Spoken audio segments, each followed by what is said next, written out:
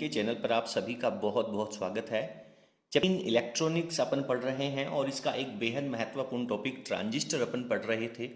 Transistor के जो basic fundamentals हैं, ट्रांजिस्टर किस तरह से बनाया जाता है, ट्रांजिस्टर किसे कहते हैं, ट्रांजिस्टर कितने प्रकार के होते हैं और ट्रांजिस्टर वर्क कैसे करता है, इन सभी टॉपिक्स को अपन पहले कंप्लीट कर चुके हैं, जिनके प्रति वीडियो का आपको लिंक है वो नीचे डिस्क्रिप्शन में मिल जाएगा। और आज अपन इसका एक प्रश्न पढ़ने वाले हैं। बोर्ड परीक्षा में जो 4 नंबर का प्रश्न पूछा जाता है, ट्रांजिस्टर परिपथीय संयोजन, यानी किसी भी ट्रांजिस्टर को विद्युत परिपथ के अंदर किस तरह से जोड़ा जाता है। पिछले वीडियो में हमने डिस्कशन किया था कि मान लीजिए कि यह आपके पास कोई एक ट्रांजिस्टर है और इस ट्रांजिस्टर के अंदर आप जानते हैं कि सर 3 टर्मिनल होते हैं। इसमें से एक टर्मिनल को अपन आधार कहते हैं, दूसरे टर्मिनल को अपन उत्सर्जक और तीसरे को संग्राहक। यहाँ पे अपन आधार B लिखेंगे, यहाँ पे अपन उत्सर्जक E लिखेंगे और यहाँ पे अपन संग्राहक को C से रिप्रेजेंट करेंगे। और किसी भी इलेक्ट्रॉनिक इंस्ट्रूमेंट को विद्युत परिपथ में जोड़ने के लिए आपको 2 इनपुट कनेक्शन चाहिए और 2 आउटपुट कनेक्शन चाहिए। लेकिन ट्रांजिस्टर में तो सर हमारे पास केवल 3 ही टर्मिनल है। तो इसके लिए क्या किया जाता है कि ये जो आधार वाला टर्मिनल है इसको आप इनपुट के अंदर भी काम में लें और आउटपुट के अंदर भी काम में लें। तो इसे हम कह देंगे उभयनिष्ठ आधार विन्यास। यहाँ पे आप देख रहे हैं कि सर ट्रांजिस्टर 2 प्रकार के होते हैं, पीएनपी और एनपीएन। जैसा कि आप जानते हैं कि उत्सर्जक टर्मिनल के ऊपर एक एरो मार्क लगाया जाता है जो कि यह प्रदर्शित करता है कि यह ट्रांजिस्टर पीएनपी टाइप का है या फिर एनपीएन टाइप का है। तो मैं यहाँ पे पीएनपी ट्रांजिस्टर को शो कर रहा हूँ, P N and P terminal, और करंट जो है वो हमेशा पी से एन की तरफ आता है। तो यहाँ पे अपन अंदर की तरफ एरो हेड लगा देते हैं। तो ये आपके पास पीएनपी ट्रांजिस्टर बन जाता है। और यदि मैं इस आधार टर्मिनल को उभयनिष्ठ मान लूँ इनपुट में भी और आउटपुट में भी, तो इसे अपन उभयनिष्ठ आधार विन्यास कहेंगे। 12th क्लास के सिलेबस में 2 तरह के उभयनिष्ठ टर्मिनल लिए जाते हैं।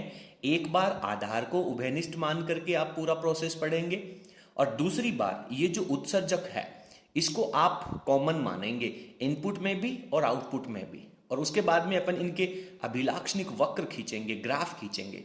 तो आज का जो अपना वीडियो है उसमें अपन उभयनिष्ठ आधार विन्यास का जो ट्रांजिस्टर है उसके लिए निवेशी अभिलाक्षणिक वक्र और निर्गत अभिलाक्षणिक वक्र खींचना सीखेंगे। अभिलाक्षणिक वक्र किसे कहते हैं, किस तरह से इन्हें ड्रॉ किया जाता है और इसके लिए जो आवश्यक परिपथ चित्र होता है वो किस प्रकार से अपन बनाते हैं। बोर्ड परीक्षा में यहाँ से 4 नंबर का प्रश्न पूछा जाता है। चलिए आज की क्लास को अपन यहाँ पे स्टार्ट करते हैं। सबसे पहले हमने लिखा है कि किसी भी युक्ति को विद्युत परिपथ में जोड़ने के लिए 2 की आवश्यकता होती है। 2 इनपुट टर्मिनल होने चाहिए और 2 आउटपुट टर्मिनल होने चाहिए। इसलिए ट्रांजिस्टर के किसी एक सिरे को उभयनिष्ठ रखकर 3 तरह से इसे जोड़ा जा सकता है। ट्रांजिस्टर के 3 टर्मिनल होते हैं, 3 में से पहले आप आधार को कॉमन मानेंगे तो उभयनिष्ठ आधार विन्यास हो जाएगा। फिर आप उत्सर्जक को कॉमन ले लेंगे, इनपुट में और आउटपुट में दोनों में आएगा, तो इसे हम उभयनिष्ठ उत्सर्जक विन्यास कह देंगे। और लास्ट में जो संग्राहक है इसको भी आप कॉमन लेकर के और सर्किट जोड़ सकते हैं, तो उसे अपन कह देंगे उभयनिष्ठ संग्राहक विन्यास। हालांकि उभयनिष्ठ संग्राहक विन्यास का जो डेरिवेशन है वो आपके सिलेबस में 12th क्लास के सिलेबस में नहीं है। इस टॉपिक को जो मैथमेटिक्स के स्टूडेंट हैं वो बीएससी की क्लासेस के अंदर पढ़ने वाले हैं। तो अपना जो मुख्य उद्देश्य है उसमें अपन उभयनिष्ठ आधार को और उभयनिष्ठ उत्सर्जक को पढ़ने वाले हैं। आज का जो अपना पहला टॉपिक रहेगा उसमें अपन उभयनिष्ठ आधार विन्यास लेकर के चलेंगे। आप देखेंगे कि इसका परिपथ चित्र किस तरह से बनाया जाता है। आप जानते हैं कि सर 2 तरह के ट्रांजिस्टर होते हैं, पीएनपी ट्रांजिस्टर और एनपीएन ट्रांजिस्टर। तो सबसे पहले हम जो आपका पीएनपी ट्रांजिस्टर है उसमें जो आधार विन्यास है उसको हम उभयनिष्ठ लेकर के और इसका प्रायोगिक परिपथ चित्र बनाएंगे और इसके ग्राफ ड्रॉ करेंगे। इस टॉपिक पे अपन आगे चलते हैं। पहले आप जो हेडिंग यहां तक नजर आ रही हैं इनको लिख लीजिए, इसके पहले इसका परिपथ चित्र तैयार करते हैं। तो उभयनिष्ठ आधार विन्यास का, जिसे हम इंग्लिश में कॉमन बेस सर्किट कह सकते हैं, पीएनपी ट्रांजिस्टर की अपन बात कर रहे हैं। तो ये जो परिपथ चित्र आप लोगों को नजर आ रहा है बोर्ड परीक्षा में 1 नंबर के प्रश्न में भी पूछा जा सकता है और 4 नंबर के बड़े प्रश्न में भी पूछा जा सकता है। चलिए अब अपन इस डायग्राम को बहुत अच्छी तरह से समझने का प्रयास करते हैं। आप सभी बच्चों से मैं एक बात बता दूं कि ये जो ट्रांजिस्टर का टॉपिक है बेटा, ये बेहद महत्वपूर्ण और बहुत आसान है। इसको समझना बहुत जरूरी है। आप रट करके इसका डायग्राम ड्रॉ नहीं कर सकते। चलिए शुरू करते हैं। तो सबसे पहले हमें एक ट्रांजिस्टर बनाना होगा। तो ये मैंने ट्रांजिस्टर बना दिया है। नीचे मैंने यहाँ पे आधार ले रखा है, ये उत्सर्जक है और एक संग्राहक है। फिर आप पीएनपी ट्रांजिस्टर को प्रदर्शित करने के लिए जो उत्सर्जक का टर्मिनल है उसके ऊपर आप एक एरो हेड लगाएंगे। उसके बाद में आप यहाँ पे इस तरफ जो आपको बाईं तरफ नजर आ रहा है ये निवेशी परिपथ होगा, और ये जो राइट साइड में नजर आ रहा है इसे हम निर्गत परिपथ कहेंगे। निवेशी परिपथ में करंट को मेजर करने के लिए और वोल्टेज को मेजर करने के लिए एक मिली एमीटर और एक मिली वोल्टमीटर लगाया जाता है, और उसके साथ में एक बैटरी जोड़ी जाती है। इसी प्रकार से जो निर्गत परिपथ होगा उसमें करंट को मेजर करने के लिए मिली एमीटर, वोल्टेज को मेजर करने के लिए एक वोल्टमीटर और एक बैटरी जोड़ी जाती है। उभयनिष्ठ आधार विन्यास का डायग्राम जब आप बनाएंगे तो जो निवेशी अभिलाक्षणिक वक्र होगा उसके अंदर ये जो निवेशी बैटरी जोड़ी जाती है, निवेशी धारा स्रोत जिसे हम कहते हैं, ये परिपथ हमेशा अग्र बाइस में होता है। आप जानते हैं कि उत्सर्जक और आधार के बीच में एक पीएन संधि बन रही है। ये पी प्रकार की है और ये एन प्रकार की है। तो जो पी प्रकार का टर्मिनल है उसको जब हम बैटरी के पॉजिटिव से जोड़ेंगे और एन प्रकार का जो टर्मिनल है उसको जब हम बैटरी के नेगेटिव से जोड़ेंगे तो इसे हम अग्र बाइस में कहते हैं। तो ये जो निवेशी परिपथ है वो चाहे आपका पीएनपी ट्रांजिस्टर हो या फिर एनपीएन ट्रांजिस्टर हो, इस ट्रांजिस्टर की प्रकृति के अनुसार ये जो पीएन संधि है इसकी स्थिति के अनुसार इसको हमेशा अग्र बाइस में जोड़ा जाएगा। आप जानते हैं कि करंट को मेजर करने के लिए जो एमीटर लगाया जाता है वो हमेशा सर्किट के श्रेणी क्रम में जोड़ा जाता है, और वोल्टमीटर जो लगाया जाता है विभवांतर नापने के लिए उसे हमेशा समांतर क्रम में लगाया जाता है।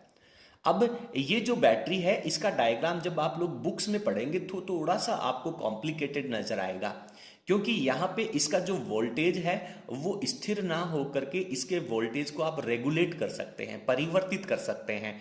0 वोल्ट है, 1 वोल्ट, 2 वोल्ट, इस तरह से आप इंक्रीज कर सकते हैं। तो इसके बीच में ये जो तीर का निशान लगा रखा है यह प्रदर्शित करता है कि आप इस बैटरी का जो विभवांतर है, जो आरोपित वोल्टता है, उसको आप चेंज कर सकते हैं। इसके बाद में इस सर्किट को जोड़ने के लिए यहाँ पे एक स्विच लगाया गया है, कुंजी K1 लगाई गई है। ठीक है, धारा की वैल्यू जो है, धारा की दिशा जो है उसकी चर्चा अपन अभी बाद में करते हैं। पहले निर्गत परिपथ को पढ़ लेते हैं। तो निर्गत में क्या होगा, आधार और जो संग्राहक संधि है, आधार संग्राहक पीएन संधि है, ये निर्गत परिपथ में जोड़ी जाती है, और निर्गत परिपथ जो है वो इस स्थिति में हमेशा उत्क्रम बाइस में जोड़ा जाता है, रिवर्स बाइस में जोड़ा जाता है। तो यहाँ पे ये पी प्रकार का पार्ट है, पीएन संधि का पी हिस्सा है, इसको यदि आप बैटरी के नेगेटिव से जोड़ेंगे, और ये जो एन हिस्सा है इसको अगर आप बैटरी के पॉजिटिव से जोड़ेंगे तो इसे हम उत्क्रम बाइस में कहते हैं। पीएन संधि डायोड क्या होता है, कैसे वर्क करता है, और डायोड को किस तरीके से अग्र बाइस में और पश्च बाइस में जोड़ा जाता है, ये सब हम इस चैप्टर के पहले के कुछ वीडियोस में कंप्लीट कर चुके हैं, जिनका लिंक आप लोगों को नीचे डिस्क्रिप्शन में मिल जाएगा। उनके फंडामेंटल्स आपके तैयार होने चाहिए। इसके अंदर भी हम एक धारा को मेजर करने के लिए मिली एमीटर जो कि श्रेणी क्रम में जुड़ेगा, और वोल्टेज को नापने के लिए वोल्टमीटर जो कि समांतर क्रम में जुड़ेगा। अब एमीटर और वोल्टमीटर के सिरों के ऊपर ये जो प्लस माइनस के चिन्ह लगा रखे हैं ये भी बेहद महत्वपूर्ण है। इस मीटर का जो टर्मिनल बैटरी के जिस टर्मिनल के साथ जुड़ेगा उसकी प्रकृति वैसी ही रहनी चाहिए, यानी नेगेटिव के साथ आप इस एमीटर का नेगेटिव हिस्सा जोड़ेंगे और इसका जो दूसरा टर्मिनल है वो ऑटोमेटिक पॉजिटिव होगा। इसी तरह से इस वोल्टमीटर का जो नीचे वाला सिरा है जो कि डायरेक्टली जाकर के इस बैटरी से जुड़ रहा है, इसको हम पॉजिटिव लिखेंगे और ऊपर वाला सिरा ऑटोमेटिक नेगेटिव हो जाएगा। इसी तरीके से इस मिली एमीटर का यह जो सिरा है वो निवेशी बैटरी के पॉजिटिव से जुड़ रहा है, इसे हम पॉजिटिव लिखेंगे, और दूसरा सिरा है वो ऑटोमेटिव लिख देंगे। इसी प्रकार से ये जो मिली वोल्टमीटर है इसका नीचे वाला सिरा जो है वो इस बैटरी के नेगेटिव टर्मिनल के साथ डायरेक्ट जुड़ रहा है, इसलिए इसे हम नेगेटिव लिखेंगे और दूसरा सिरा पॉजिटिव हो जाएगा। क्लियर है? चलिए, ये पॉजिटिव सिरा है, इसकी वजह से धारा जो है वो अंदर की तरफ जाएगी, क्योंकि यह जो संधि है वो अग्र बाइस में है, और जब संधि अग्र बाइस में है तो इसके अंदर धारा का प्रवाह होगा। तो करंट जो है वो अंदर की तरफ जाएगा और ई टर्मिनल यानी उत्सर्जक टर्मिनल के ऊपर जो धारा प्रवाहित होगी उसे हम उत्सर्जक धारा आई से रिप्रेजेंट करेंगे। और यहां से जो कुछ धारा है वो आधार में से नीचे की तरफ निकलेगी जिसे हम आधार धारा कह देंगे। ये जो संधि है इसे हम उत्सर्जक आधार संधि कहते हैं। तो उत्सर्जक आधार संधि के ऊपर जो वोल्टेज लगाया गया है उस वोल्टेज को अपन VEB कहेंगे। जो कॉमन वाला हिस्सा होता है उसको बाद में लिखते हैं और जो इनपुट वाला टर्मिनल है इसको पहले लिखते हैं, तो VEB के नाम से इसे अपन लिखेंगे। और ये जो निवेशी बैटरी है इसका नाम अपन VEE लिखेंगे, यानी यह उत्सर्जक को देने वाला वोल्टेज है। लेकिन इसका जो वोल्टेज है वो चेंज हो रहा है, तो इसका वास्तविक वोल्टेज जो है, विभवांतर जो है, टर्मिनल वोल्टता जिसे हम कहते हैं, उसको ये वोल्टमीटर नाप रहा है। इसी तरीके से इसके अंदर नेगेटिव टर्मिनल की तरफ करंट जो है वो अंदर की तरफ आएगा, तो यहां से जो इसका जो संग्राहक शिरा है वहां से करंट बाहर की तरफ आएगा, इसे हम संग्राहक धारा कहते हैं और इसे हम IC से प्रदर्शित करते हैं। क्लियर है? तो उम्मीद करता हूं कि आप लोगों को यह जो डायग्राम है वो बहुत अच्छी तरह से समझ में आ गया होगा। आप सभी स्टूडेंट पहले वीडियो की स्क्रीन को पॉज करके और अच्छी तरह से समझते हुए यह डायग्राम बना लें। मैं आपको बताना चाहूंगा कि यदि यह डायग्राम आपको अच्छी तरह से समझ में आ गया तो समझ करके चलिए कि 80% आपका ये जो टॉपिक है वो कंप्लीट हो जाता है।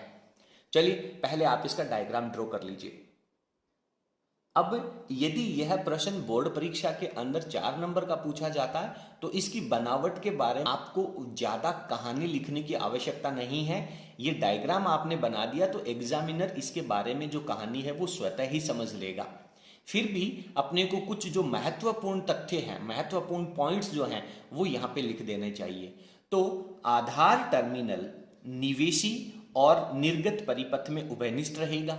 ये जो आधार टर्मिनल है ये देख रहे हैं कि सर ये इनपुट के अंदर भी जुड़ा हुआ है और आउटपुट सर्किट के अंदर भी कनेक्टेड है। इसके बाद में जो उत्सर्जक और आधार संधि है, ये वाली जो संधि है उत्सर्जक और आधार संधि, ये जो संकेत होंगे वो निवेशी सर्किट माना जाएगा और ये जो निवेशी सर्किट है वो अग्र 22 में जुड़ा हुआ रहेगा। इसी तरह से आपका जो संग्राहक और आधार संधि है यह निर्गत परिपथ में जुड़ा हुआ लिया जाता है और ये हमेशा पश्च 22 में जोड़ा जाता है। इसके अलावा आपको ज्यादा कहानी लिखने की ना तो अपने नोट्स में लिखने की आवश्यकता है और ना ही परीक्षा में प्रश्न के उत्तर में लिखने की जरूरत है। यदि आप इसको दोबारा अच्छे से समझना चाहते हैं तो या तो आप वीडियो को दोबारा पढ़ लीजिए या फिर अपनी पाठ्य पुस्तक में जाकर के इसकी कहानी को समझ लीजिए। यदि आपने हमारे वीडियो में इतनी कहानी अच्छे से ध्यानपूर्वक सुनी है तो निसंदेह है जब आप बुक में जाकर के अपनी पाठ्य पुस्तक में जाकर के जब इन्हीं पॉइंट्स को पढ़ेंगे तो आपको बहुत इंटरेस्ट आने वाला है। चलिए इतना लिख लीजिए, आगे। अब अपना जो मुख्य उद्देश्य होता है, यहां पर मेरी बात को बहुत ध्यान से सुनते जाना, के बाद में अपन नोट्स लिखेंगे। इसके अंदर अपन 2 तरह के अभिलाक्षणिक वक्र खींचेंगे। क्या खींचेंगे? अभिलाक्षणिक वक्र। अब आप कहेंगे कि सर अभिलाक्षणिक वक्र क्या होता है? मेरी बात को बहुत ध्यान से सुनना। जब आप वोल्टेज में और धारा के बीच में ग्राफ खींचते हैं, आप एक्स एक्स के ऊपर वोल्टेज ले लीजिए और वाई एक्स के ऊपर आप करंट ले लीजिए। तो वोल्टेज और धारा के बीच में जब आप ग्राफ खींचेंगे तो उसे अभिलाक्षणिक वक्र कहते हैं। सर यहां पर तो वोल्टेज और धारा निवेशी परिपथ में भी है और निर्गत परिपथ में भी है।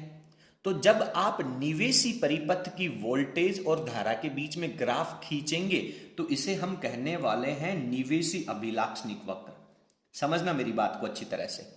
और जब निर्गत परिपथ में आउटपुट सर्किट के अंदर वोल्टेज और धारा के बीच में जब आप ग्राफ खींचेंगे तो उसे हम कह देंगे निर्गत अभिलाक्षणिक वक्र। क्या कह देंगे? निर्गत अभिलाक्षणिक वक्र। इतनी बात आपको कंफर्म हो जानी चाहिए। निवेशी परिपथ की वोल्टता और धारा के बीच में जो ग्राफ होगा वो निवेशी अभिलाक्षणिक वक्र, निर्गत परिपथ की वोल्टता और धारा के बीच में जो ग्राफ होगा उसे हम निर्गत अभिलाक्षणिक वक्र कहेंगे। लेकिन इतना कहना सफिशिएंट नहीं है, इनके साथ में कुछ और भी महत्वपूर्ण तथ्य होते हैं। सुनना ध्यान से। जब आप लोग निवेशी वोल्टेज और धारा के बीच में ग्राफ खींचेंगे उस समय निर्गत परिपथ की जो वोल्टता है उसको आपको कांस्टेंट रखना पड़ेगा। आपको क्या करना है? पहले इस निर्गत परिपथ का जो वोल्टेज है उसको आप फिक्स कर लीजिए। यानी मैं निवेशी अभिलाक्षणिक वक्र को अच्छे से समझाना चाहता हूं। इसके संबंध में आपको पहले जो निर्गत वोल्टता है उस निर्गत वोल्टता को क्या करना पड़ेगा, नियत करना पड़ेगा। जब आप निर्गत वोल्टता को नियत कर लेंगे उसके बाद आप यहां से निवेशी वोल्टता का मान बदलते जाएंगे, निवेशी धारा का मान चेंज होता जाएगा। इन दोनों के बीच में ग्राफ खींचना है। तो अपनी डेफिनेशन क्या हो जाएगी, निर्गत वोल्टता के मान को नियत रखते हुए निवेशी वोल्टता और निवेशी धारा, इन दोनों के बीच में जब आप ग्राफ खींचेंगे, इनके बीच में जो खींचा गया वक्र है उसे हम निवेशी अभिलाक्षणिक वक्र कहते हैं। डेफिनेशन को बहुत अच्छी तरीके से पढ़ लीजिए, अपन आगे नोट्स में भी लिख करके मैं आपको बता दूंगा। निवेशी अभिलाक्षणिक वक्र किसे कहते हैं, 1 नंबर की सेपरेट डेफिनेशन पूछी जा सकती है, और यदि इस टॉपिक का बड़ा प्रश्न आता है तब तो निसंदेह इसके साथ ही डेफिनेशन आपको लिखनी ही होगी। तो निवेशी अभिलाक्षणिक वक्र में क्या करने वाले हैं, निर्गत वोल्टता के मान को नियत रखते हुए निवेशी वोल्टता तथा निवेशी धारा के बीच में खींचा गया ग्राफ है उसे हम निवेशी अभिलाक्षणिक वक्र कहते हैं। अब यहां पे अपने पास महत्वपूर्ण तथ्य यह आ जाता है कि भाई आप तो उभयनिष्ठ आधार विन्यास की बात कर रहे हैं, और जब आप उभयनिष्ठ आधार विन्यास की बात कर रहे हैं तो जो निर्गत वोल्टेज है उसका नाम आपके पास है, जो निवेशी वोल्टेज है उसका नाम भी आपके पास है, और निवेशी धारा का नाम भी आपके पास है। तो आपको जब ये स्टेटमेंट लिखेंगे कि भाई निर्गत वोल्टता को नियत रखना है तो आपको उसके साथ में इसका नाम लिखना होगा, VCB। निर्गत वोल्टता कौन सी है, VCB। तो आपको लिखना होगा कि निर्गत वोल्टता VCB को नियत रखते हुए निवेशी वोल्टता, क्या नाम है निवेशी वोल्टता का, VEB। निवेशी वोल्टता VEB के अलग अलग मानों के लिए प्राप्त होने वाली निवेशी धारा IE, इन दोनों के बीच में जब अपन ग्राफ खींचेंगे तो उसे हम निवेशी अभिलाक्षणिक वक्र कह देते हैं। तो पहले केवल आप निवेशी अभिलाक्षणिक वक्र की डेफिनेशन को अच्छे से समझ लिया होगा। उम्मीद करता हूं कि आपको समझ में आ गया होगा। अब अपन इसका ग्राफ बनाते हैं। मेरी बात को ध्यान से सुनना। निर्गत वोल्टेज को आप नियत कर लेंगे, फिर निवेशी वोल्टेज का मान जब आप परिवर्तित करेंगे तो धारा का मान बदलेगा, और इनके बीच में ग्राफ खींचना है। तो पहले निर्गत वोल्टता का कोई एक मान ले लीजिए, जैसे वोल्टेज ले लिया, तो इसका मान जब आपने 0 वोल्टेज कर दिया, फिर इसका वोल्टेज बढ़ाओगे तो धारा बढ़ेगी, इनके बीच में ग्राफ खींचना है। तो एक ग्राफ की लाइन तो अब आ जाएगी। फिर आपको इस निर्गत वोल्टता का मान फिर चेंज करना है, केवल एक ही ग्राफ नहीं खींचना है। अब आप इसका वोल्टेज है वो 5 वोल्ट कर दीजिए। फिर जब आप इसका वोल्टेज 5 वोल्ट करेंगे, फिर इस पूरे एलिमेंट को दोबारा रिपीट करना है। वोल्टेज का मान 0 वोल्टेज से आप बढ़ाते जाएंगे, परिपथ में बहने वाली धारा का मान भी परिवर्तित होगा। अभी अपन ग्राफ में देखेंगे कि धारा बढ़ेगी या घटेगी। तो फिर इसके लिए दोबारा ग्राफ बनाना है, फिर अगेन निर्गत वोल्टता का मान फिर दूसरा फिक्स करना है। मान लीजिए 7 वोल्ट फिक्स कर दिया, फिर आपको ये एक्सपेरिमेंट दोबारा रिपीट करना है। तो इस तरह से निवेशी अभिलाक्षणिक वक्र के अंदर आपको कम से कम 3 ग्राफ की लाइनें खींचनी आवश्यक है। ठीक है, उम्मीद करता हूं कि निवेशी अभिलाक्षणिक वक्र की जो कहानी है वो आपको अच्छी तरह से समझ में आ गई होगी। अब अपन आगे चलते हैं। तो अभी आपका अपना टॉपिक जो है वो अच्छी तरह से ध्यान में होना चाहिए कि सर उभयनिष्ठ है और उसका अभिलाक्षणिक वक्र हम लोग खींच रहे हैं। क्लियर है?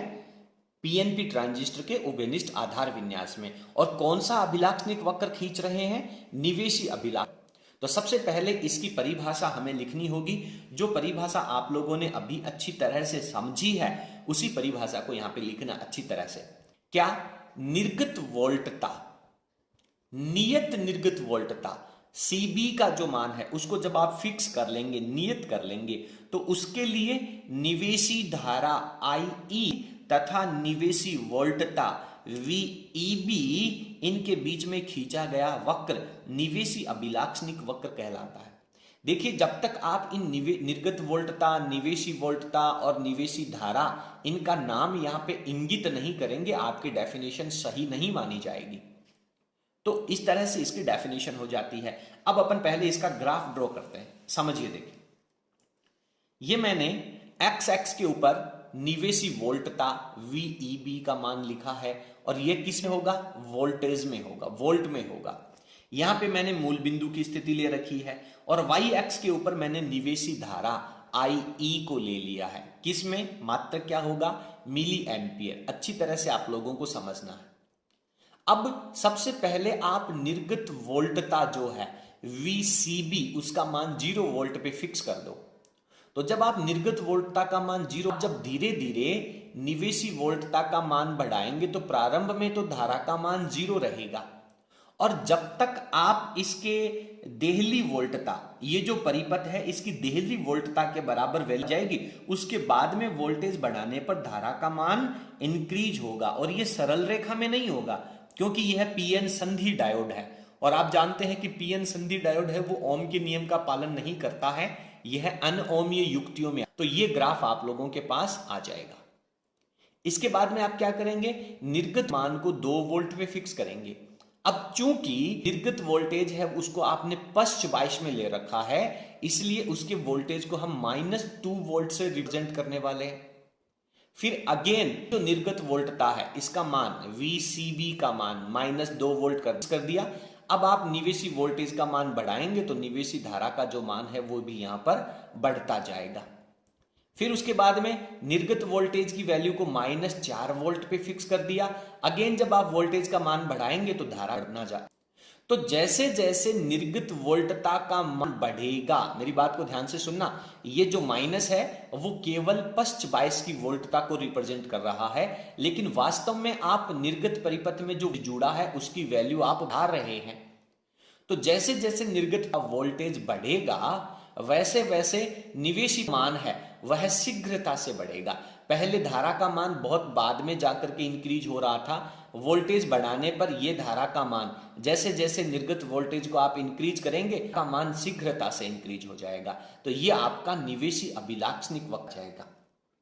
बोर्ड परीक्षा में क्या होता है, या तो निवेशी तथा निर्गत अभिलाक्षणिक वक्र पूछ लिया जाता है। तो इस बात को आप लोगों को अच्छी तरह से समझना होगा। इस ग्राफ के संबंध में अपन कुछ स्टेटमेंट यहां पे लिखते हैं। तो पहला पॉइंट आपके पास आता है कि VCB यानी जो निर्गत वोल्टता है उसके नियत मान पर जब आप VEB यानी निवेशी वोल्टता का मान बढ़ाने पर उत्सर्जक धारा जो है, जो निवेशी धारा है, उत्सर्जक धारा IE बढ़ती है। निर्गत वोल्टेज को फिक्स करने पर जब आप निवेशी वोल्टेज का मान बढ़ाएंगे तो सर निवेशी धारा का मान भी इंक्रीज होगा।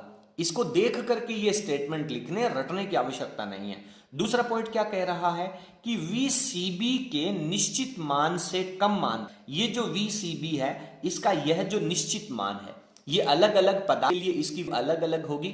जर्मेनियम का अर्धचालक लिया है, सिलिकॉन का अर्धचालक लिया है तो उनके लिए अलग हो जाएगी, लेकिन इस निश्चित वोल्टेज से पहले 0 रहेगा। इसलिए ये जो मिनिमम वोल्टेज है, जिस वोल्टेज के ऊपर निवेशी धारा IE प्राप्त होती है उसे हम देहली वोल्टता कहते हैं। तो निवेशी अभिलाक्षणिक वक्र में केवल इतनी कहानी लिखना बिल्कुल सफिशिएंट है, आपको पूरे अंक मिलेंगे। लेकिन इन चीजों को आप लोगों को अच्छी तरह से समझना होगा। रटने का प्रयास आप सभी से मेरा अनुरोध है, प्लीज रटने का प्रयास ना करें। चलिए स्क्रीन को पॉज करके और नोट्स अच्छी तरह से लिख लीजिए, फिर अपन आगे चलें।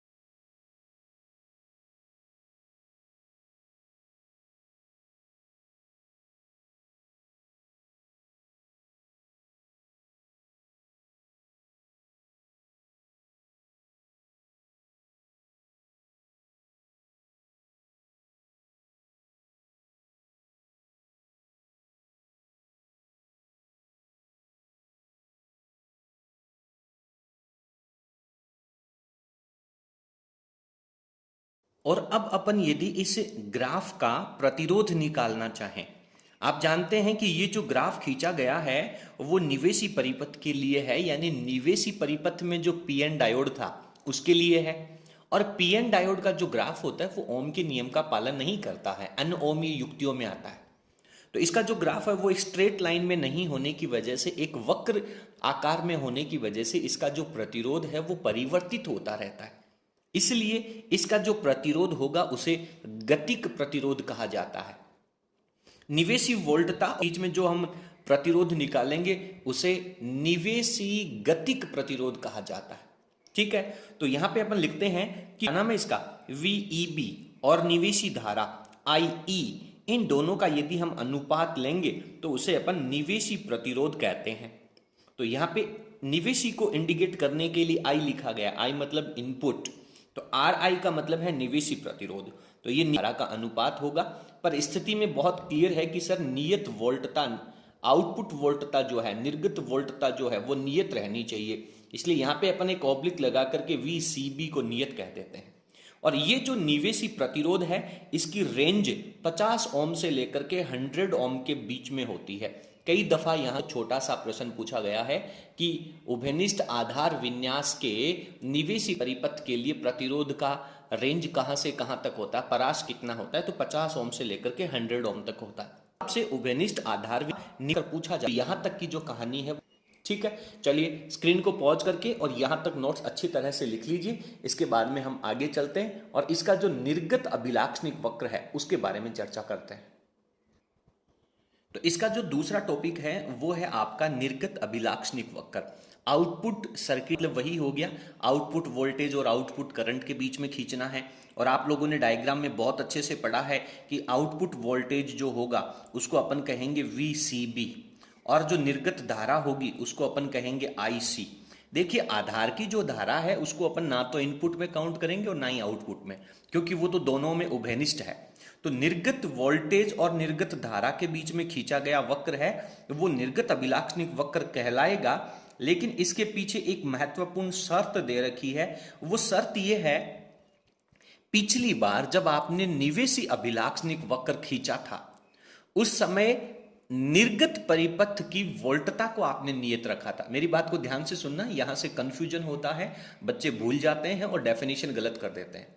और अब की बार जब आप निर्गत अभिलाक्षणिक वक्र खींचेंगे तो कोई ना कोई एक भौतिक राशि निवेशी परिपथ की होगी जिसे हम नियत रखेंगे। तो पिछली बार आपने निर्गत वोल्टता को नियत रखा था, तो उस स्थिति के अनुसार यहां पे निवेशी वोल्टता नियत होनी चाहिए। लेकिन यहां पर जो निवेशी धारा है, निवेशी धारा, और निवेशी धारा का नाम क्या था, E, तो निवेशी धारा जो IE है उसको आपको नियत रखना है। ठीक है, तो निर्गत अभिलाक्षणिक वक्र की परिभाषा यदि सिंपल पढ़ी जाए तो आप ये कह सकते हैं कि निवेशी परिपथ की जो निवेशी धारा है उसको नियत रखते हुए निर्गत वोल्टता और निर्गत धारा के बीच में खींचा गया ग्राफ है वो निर्गत अभिलाक्षणिक वक्र कहलाता है। लेकिन यदि आप उभयनिष्ठ आधार विन्यास की बात कर रहे हैं दैट टाइम आपको इनके जो नाम हैं वो भी इनके साथ लिखने होंगे, अन्यथा परिभाषा गलत हो जाएगी। चलिए इसकी डेफिनेशन पढ़ते हैं। क्या कहती है इसकी परिभाषा, निवेशी धारा, क्या नाम है उसका, IE, उसको नियत मान के लिए, निवेशी धारा का नियत मान रख लेना है, कितना भी एम्पियर रख लीजिए। उस नियत मान के लिए निर्गत वोल्टता और निर्गत धारा के मध्य खींचा गया वक्र निर्गत अभिलाक्षणिक वक्र कहलाता है। ठीक है, तो यही परिभाषा आप लोगों को यहां पे स्टेटमेंट के रूप में लिखनी है। तो जब है वो बेहद महत्वपूर्ण है, बहुत अच्छी तरह से आप लोगों को समझना होगा। ये x के ऊपर आपने निर्गत वोल्टता ले ली, निर्गत वोल्टता का नाम क्या है, VCB, और किस में होगी, ये वोल्ट में होगी। और निर्गत धारा का नाम क्या है, IC, ये किस में होगी, मिली एम्पियर में होगी। अब निर्गत वोल्टता जो है वो रिवर्स बायस में है, इसलिए इसके वोल्टेज को अपन माइनस से लिखेंगे। निर्गत धारा जो है वो आउटपुट वोल्टेज, आउटपुट परिपथ जो है वो उत्क्रम बायस में लगा हुआ है, रिवर्स बायस में लगा हुआ है, इसलिए इसके करंट को भी हम नेगेटिव में लिखेंगे। यदि आपने जो निवेशी परिपथ है उसका करंट 0 मिली एम्पियर फिक्स कर दिया, निवेशी परिपथ का IE का मान जब आपने 0 मिली एम्पियर फिक्स कर दिया, तो आप जब निर्गत वोल्टेज का मान बढ़ाएंगे तो जब तक 0 वोल्ट नहीं होगा, यानी 0 से ऑपोजिट में बढ़ाएंगे, उस स्थिति में वोल्टेज बढ़ाने पर करंट का मान बढ़ता है। लेकिन 0 वोल्टेज आने के बाद चाहे आप इसका कितना भी वोल्टेज बढ़ा दें, करंट का मान नियत हो जाता है। और ये जो करंट का मान है वो भी आपका जो निर्गत धारा होगी वो भी आपकी जीरो के बराबर होगी। तो निर्गत धारा जीरो है, निवेशी धारा भी लगभग जीरो के बराबर रहेगी। तो यहां पे आपको पता चल रहा है कि निवेशी धारा और निर्गत धारा का मान बराबर है, यानी जो आधार धारा रहेगी वो आपकी बहुत अल्प रहेगी, लगभग जीरो के बराबर रहेगी। इसी प्रकार से जब आप निवेशी धारा का मान 1 मिली एम्पियर फिक्स कर देंगे और वापस जब आप वोल्टेज की वैल्यू इंक्रीज करेंगे, तो वोल्टेज की वैल्यू इंक्रीज करने पर जब आप इस देखिए, एक चीज यहां पे आपको समझनी चाहिए कि सर जीरो से कम वैल्यू कैसे हो सकती है, वोल्टेज की वैल्यू जीरो से कम कैसे हो सकती है। ये जीरो से -2 -4 है, ये प्रदर्शित कर रहा है उत्क्रम बायस को, और जीरो से कम की वैल्यू है वो रिप्रेजेंट करेगा अग्र बायस को। तो यदि निर्गत परिपथ का जो वोल्टेज है उसको अग्र बायस में जोड़ करके आप उसकी वैल्यू बढ़ाएंगे तो इसका जो करंट है वो बढ़ेगा। लेकिन जब आप उसे उत्क्रम बायस में कर देंगे, मान लीजिए आपका अग्र बायस में है 0.1 वोल्ट, फिर आपने वहां से घटाते घटाते 0 वोल्ट पे ले गए, तो 0 वोल्ट तक तो करंट का मान इंक्रीज होगा और उसके बाद में करंट का मान स्टेडी हो जाएगा, नियत हो जाएगा। तो यदि निवेशी धारा का मान 1 मिली एम्पियर है तो यहां पर निर्गत धारा जो है वो भी लगभग 1 मिली एम्पियर के बराबर ही रहेगी, इसी तरह से 2 मिली एम्पियर के बराबर रहेगी। ठीक है, तो यहां पर ये जो ग्राफ बनेगा इसको हम 3 भागों में डिवाइड कर सकते हैं। पहला भाग क्या होगा, वोल्टेज का और निवेशी धारा का जीरो वैल्यू, वोल्टेज का x x graph, x x की लाइन और निवेशी धारा की 0 मिली एम्पियर की लाइन, इन दोनों के बीच का जो ग्राफ होगा उसे हम कट ऑफ रीजन कहते हैं, अंतक क्षेत्र कहते हैं। यानी यहां पर जो आपका ट्रांजिस्टर है वो वर्क नहीं करेगा। इसके बाद में यदि हम वाई एक्स की लाइन को और 0 वोल्टेज की लाइन, ये 0 वोल्टेज की लाइन, निर्गत वोल्टता का मान 0 वोल्टेज और ये निर्गत धारा, इन दोनों के बीच के ग्राफ को इंडिकेट करें जिसके अंदर धारा का मान समानुपाती रूप से बढ़ रहा है, वोल्टेज बढ़ाने पर करंट की वैल्यू बढ़ रही है, उसे हम संतृप्त क्षेत्र कहते हैं, सैचुरेशन रीजन कहते हैं। और जिस क्षेत्र के अंदर धारा का मान कांस्टेंट हो जाता है उसे हम सक्रिय क्षेत्र, एक्टिव रीजन कहते हैं। अब आप कहेंगे कि सर संतृप्त क्षेत्र क्या होता है, सक्रिय क्षेत्र क्या होता है और अंतक क्षेत्र क्या होता है। इनका विस्तार पूर्वक अध्ययन आप लोगों को बीएससी की कक्षाओं में पढ़ना है, यहां पे आप लोगों के पढ़ने की आवश्यकता नहीं है। ये जो ग्राफ आपने पढ़ा है, इसी ग्राफ को देख करके कुछ महत्वपूर्ण तथ्य अपन यहां पे लिखते हैं कि प्रारंभ में VCB का मान बढ़ाने पर, ये प्रारंभ में VCB का मान जब आप बढ़ाएंगे तो जो निर्गत धारा IC है ये रूप से बढ़ती है, यानी समानुपाती के रूप में बढ़ती है। और VCB का मान और बढ़ाने पर IC का मान नहीं बढ़ता है, इसे संतृप्त धारा कहते हैं। यानी कि अब धारा का मान जो नियत हो जाता है, संतृप्त अवस्था में चली जाती है। अब आप चाहे कितना भी वोल्टेज बढ़ा दें, करंट का मान फिक्स हो जाएगा। ये दूसरी स्थिति आ जाती है। इसके बाद में तीसरे पॉइंट पे अपन लिखते हैं, मैं थोड़ा सा कॉपी को ऊपर स्किप कर देता हूं, आपको नोट्स लिखने का समय दे दिया जाएगा। तीसरा पॉइंट कहता है कि संतृप्त संग्राहक धारा का मान नियत उत्सर्जक धारा के तुल्य होता है।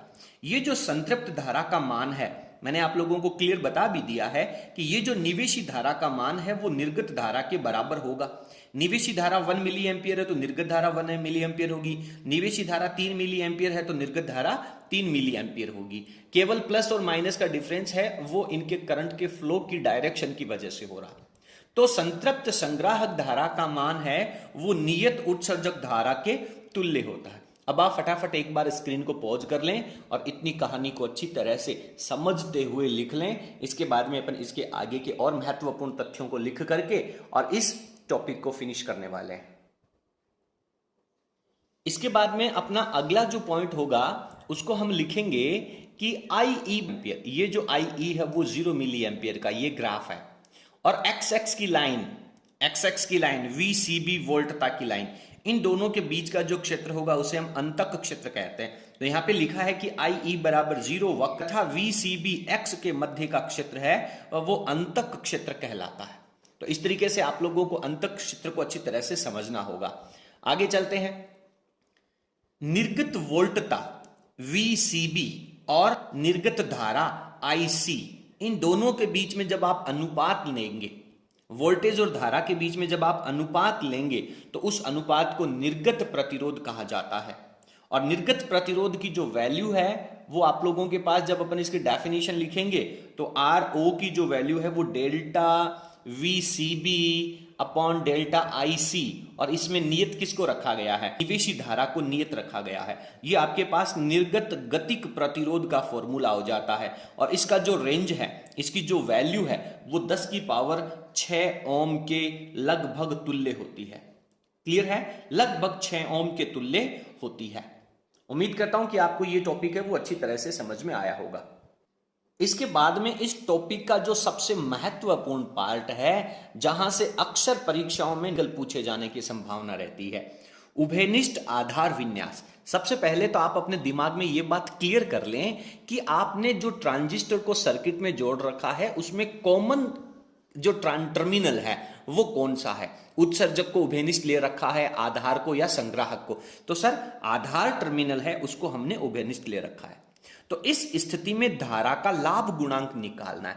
देखिए, जब कभी भी लाभ गुणांक की बात आती है, चाहे वो धारा के लाभ की हो, वोल्टता के लाभ की हो या फिर शक्ति के लाभ की हो, लाभ गुणांक का मतलब होता है आउटपुट अपॉन इनपुट। प्राप्त कितना हुआ उसमें आप लेकर के कितना चल रहे थे। आउटपुट अपॉन इनपुट का जब आप रेशियो लेंगे तो उसे हम लाभ गुणांक कहते हैं। तो यहां पे धारा के लाभ की बात कर रहा है तो निर्गत धारा तथा निवेशी धारा का अनुपात ले लेंगे। तो डेफिनेशन हो जाएगी निर्गत धारा। नाम क्या है निर्गत धारा का? उभयनिष्ठ आधार की स्थिति में फिक्स है। यदि आप उभयनिष्ठ आधार की जगह उत्सर्जक लेंगे तो इसका नाम बदल जाएगा। तो ये बात क्लियर कर लें अच्छी तरह से। यानी जब आप ये धारा लाभ गुणांक पढ़ रहे हो तब आपके दिमाग में इसका जो परिपथ चित्र है वो बड़ी अच्छी तरह से क्लियर होना चाहिए, एकदम फोटो की तरह दिखना चाहिए भाई साहब। क्लियर है? तो निर्गत धारा जो IC है और निवेशी धारा IE है, इन दोनों का अनुपात है उसे हम धारा लाभ गुणांक कहते हैं।